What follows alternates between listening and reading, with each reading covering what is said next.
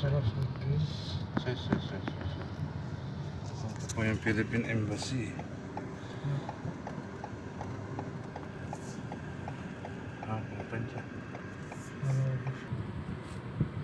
Hello po mga Kaobra Ventura. So magandang araw pong muli sa inyo lahat. Ito po muli ang inyong lingkod, si Kuya Morris Villegas, ang Obra Ventura. Tayo po ngayon ay papasok po sa diplomatic, kung saan nandun po yung mga embassy ng bawat bansa. May bahay po kasi doon yung anak ng aming amo, ay meron po akong ire-retouch. Kaya samahan po ninyo ako at makapasyal na rin po kayo sa loob ng diplomatic area ng Riyadh, Saudi Arabia. Yan po yung aking driver, si Pahame. Kalam, kepal hal? Kepal hal? Kamusta? Mubuti. Ada Pahame. Loko-loko.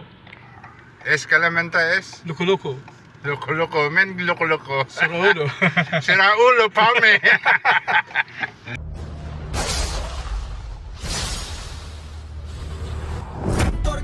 Pintor kami, walang hindi kayang gawin. Pintor kami, walang hindi kayang gawin.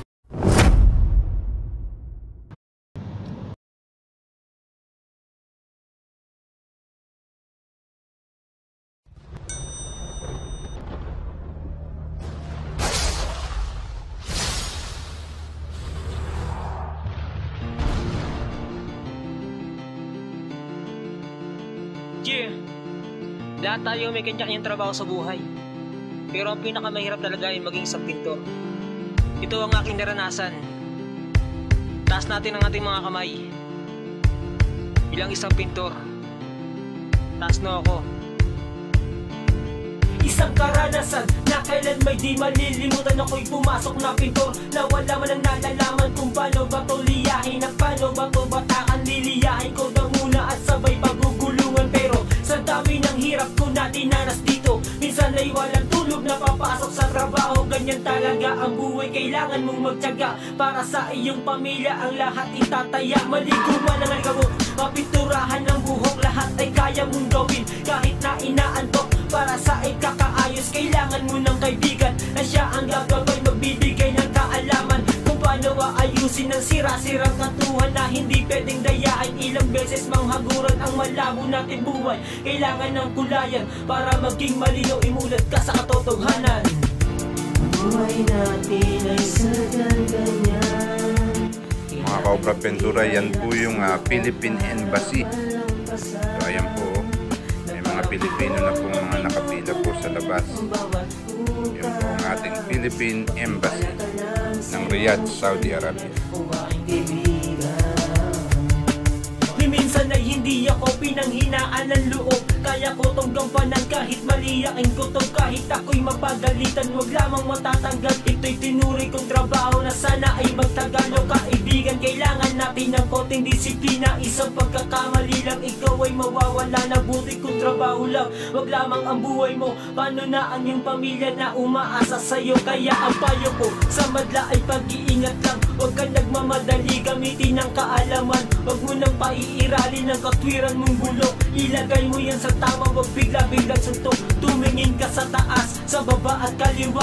Buksan mo ang iyong isipan, ng mali mo ay itama. Sa kanan at sa likod, tingin diretso sa harap. Safety first ang iyong unahin, huwag kang nagpapasarap. Buhay natin ay sadyang ganyan. Kailangan ng tibay, lakas ng loob para malampasan. Na parang biton na kinukulayan ang bawat bukas. Magtiwala ka lang sa iyong sarili, o aking kaibigan. Ginulungan, binatakan at nilihan ng muli. Halos kumapalang isang dakal, hindi mo makita ang mali. Walang perfecto na gawa, hindi ka na dapat magtaka. Patuloy pa rin sa pagliliya kahit mali na ang kana. Gusto ko na sana tumtigil at pigilan ang aking mga kamay, pero bigwas ang aking dugo. Patuloy pa rin tinatangay sa aking mga palad. Aguwit ang mahirap na kapalaran ng maging isang pintor na hindi ko inaasahan. Buhay natin ay sadyang ganyan. Nandito nandito na po tayo sa bahay po ng anak ng aming pong amo. Dito po sa Diplomatic. Na parang piton na kinukulayan ang bawat bukas. Magtiwala ka lang sa iyong sarili, o aking kaibigan. Ang buhay natin ay sadyang ganyan. Kailangan ng tibay, lakas ng loob para malampasan. Na parang piton na kinukulayan ang bawat bukas. Magtiwala ka lang sa iyong sarili, o aking kaibigan. Magtiwala ka lang sa iyong sarili, kaibigan.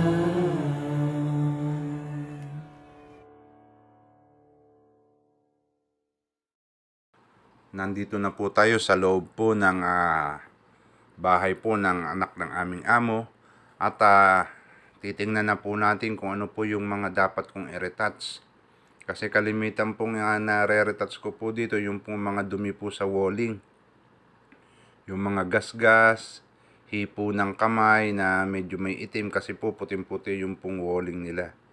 So papanikin po natin ang itaas at makita po natin kung ano po yung mga diferensya. So ayan po, nilalagyan po nila ng mga marker. Nilalagyan po nila ng guhit o bilog yung pong mga dumi para daw po hindi ko po malikdangan o wala akong makalimutan. So ayan po, lahat po ng aking i-retouch ay may bilog na lapis. Hanggang dyan po sa loob po ng salas ng ating pong amo dito sa second floor. So makikita nyo po yung ganda ng bahay nila. Kapangit naman po siguro nga kung lagi pong may mga dumi sa walling.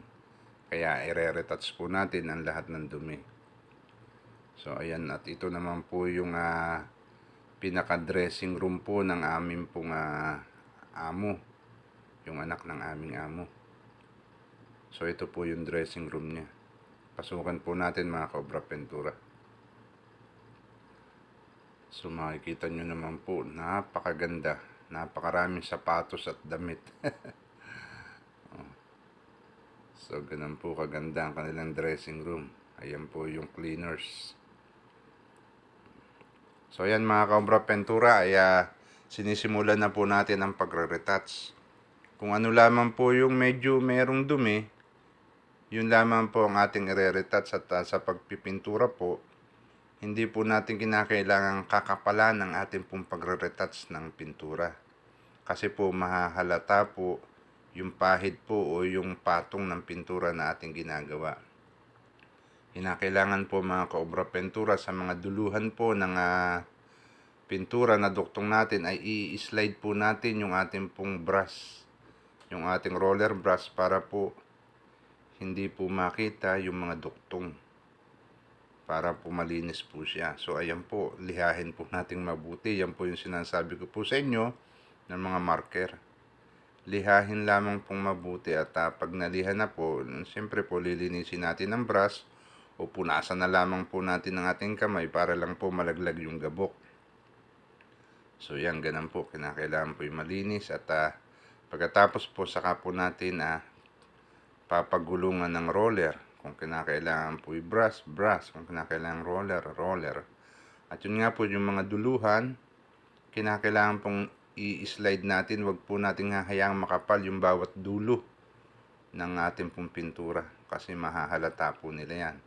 Kinakailangan po i-slide po yung bawat dulo. Yun. So, ganyan po mga Cobra Ventura. Paninipisin po natin yung mga dulo. So, ayan. Okay na po yan. At dito naman po sa ilalim. Ganun po kalimitan ng ginagawa ko dito sa bahay na ito sa Diplomatic. Pero okay naman po, may ganansya naman po dito pagkakatapos. Kaya medyo okay lamang po kahit ipatawag lagi at merong i-retouch. At pagkatapos ko po niyan, i-inspeksyonin po yan nung asawa po ng anak ng aming amo. I-inspeksyonin po yan at pagka okay na po, so yan, nandyan na po.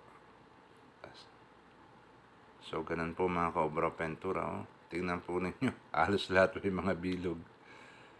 Pero simple lang naman po, ganun lang po. Kaya nga lang po is inaano ko po sa inyo na pag kayo po ay magre-retouch, huwag nyo pong kakapalan ang inyo pong pahid. Manipis lamang po ang pagpapahid sa pagre-retouch, lalo na po doon po sa mga duluhan ng mga roller. Huwag po ninyong pakakapalin, papatayin po ninyo yung mga duluhan, paninipisin po ninyo upang pag natuyo ay wala pong makitang diferensya. So, yan po mga ka-obra pintura. May time po kasi ako magliha ngayon, magpintura. Kahit medyo hindi maganda yung amoy ng pintura, ay okay lang kasi po yung pong mga bata dito, yung anak po ng aming amo ay nasa bakasyon. Kaya okay lamang po na magpintura ngayong araw na ito. At so ayan po, nakikita po ninyo, nandito na po tayo sa pasilyo ng bahay nila. Iikutin po natin lahat yan hanggang sa baba. Yung lahat po ng may mga diferensya ay atin pong pagugulungan lahat. Ingat lamang po sa mga talsik ng pintura. Kinakailangan po ay talaga pong maibalik natin yung original na kulay at wala pong mga kayat, walang mga dumi sa walling po na atin pong inire-retouch. Gagamit lamang po tayo ng sanding paper na 220. Kasi po kahit po kung 220 po ay kaya na po niyang burahin yung pong mga malalalim na dumi. Huwag po tayong gagamit ng masyadong makapal na panliha at magagasgas po yung ating pong walling. Okay na po yung 220. Kung mabababaw naman po yung dumi at kayang patayin o burahin ng 500 na liha, 500 po yung ating gamitin. Conforme po sa dumi na naandyan po sa walling. At kung meron pong kinakailangang masilyahan po natin bago po natin pinturahan. So dito naman po sa kaso ng aking ginagawa ay wala naman pong dapat lagyan ng masilya. Puro pintura lamang po ito. Dumi lamang po ito ng mga kamay o yung pong pag may hinihila po yung mga bata, nagagasgas po yung walling, nadadali po yung walling, kaya po nadudumihan. So yun po ang kalimitang ginagawa ko dito sa bahay ng aming pong amo sa diplomatic area. So ayan po mga ka-obra pintura, talaga pong ang pagpipintura po talaga ay pag minsan mahirap ang trabaho, pag minsan maalwan.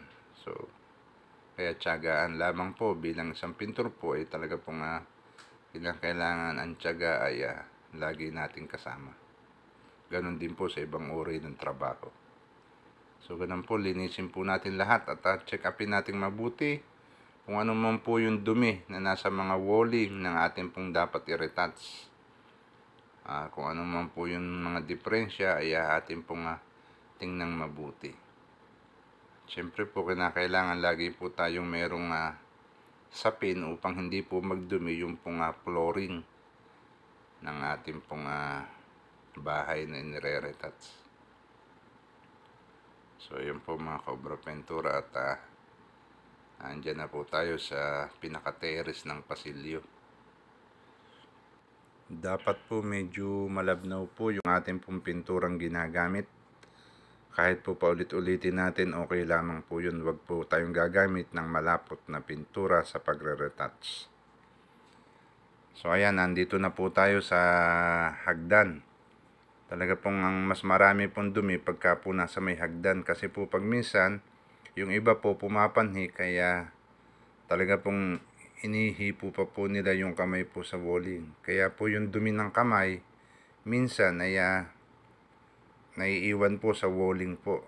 Ay puting-puti naman po ito pong bahay na ito. Kaya kitang-kita po yung bawat dumi na kumakapit po sa walling. So ayan po, ire-retouch po natin na maayos ang lahat ng dumi. Ayan po, hahanapin po natin ang lahat ng mga dumi dito po sa baba.